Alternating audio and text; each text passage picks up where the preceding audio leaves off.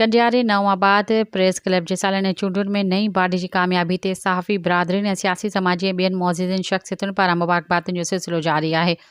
ڪنڊياري जे बरकाबाद गार फैसलनि जे अमीन हाजी अकरम मोहम्मद हयात वसाण वॾेरो माशुक वसाण सजाद अहमद वसाण सदर PTI cultural wing पारां नئون आबाद प्रेस क्लब जे कामयाब चूंडियल सीनियर सहाफ़ी ڪنڈياري प्रेस क्लब जे सदर अकील अहमद वसाण अज़हर हुसैन ख़ासकेली नाज़ कुड़ल मंगी मोहम्मद उर्स कुंभर ऐं ॿियनि मौज़ूदनि नئون आबाद प्रेस क्लब जे उहिदेदारनि खे मुबारकबाद ॾिनी। अकील वसाण चयो त नئون आबाद प्रेस क्लब जा चूंडियल नई बाडी तोड़े मेंबर صحافين इलाइक़नि जे हक़ीक़ी मसइलनि खे उजागर करण में अहम किरदारु अदा कंदा आहिनि।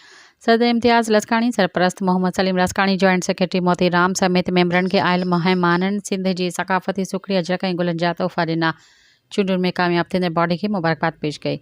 सब्सक्राइब कयो अवामी न्यूज़ HD खे ऐं ताज़ा तरीन ख़बरुनि लाइ ॾिसंदा रहो अवामी न्यूज़ HD।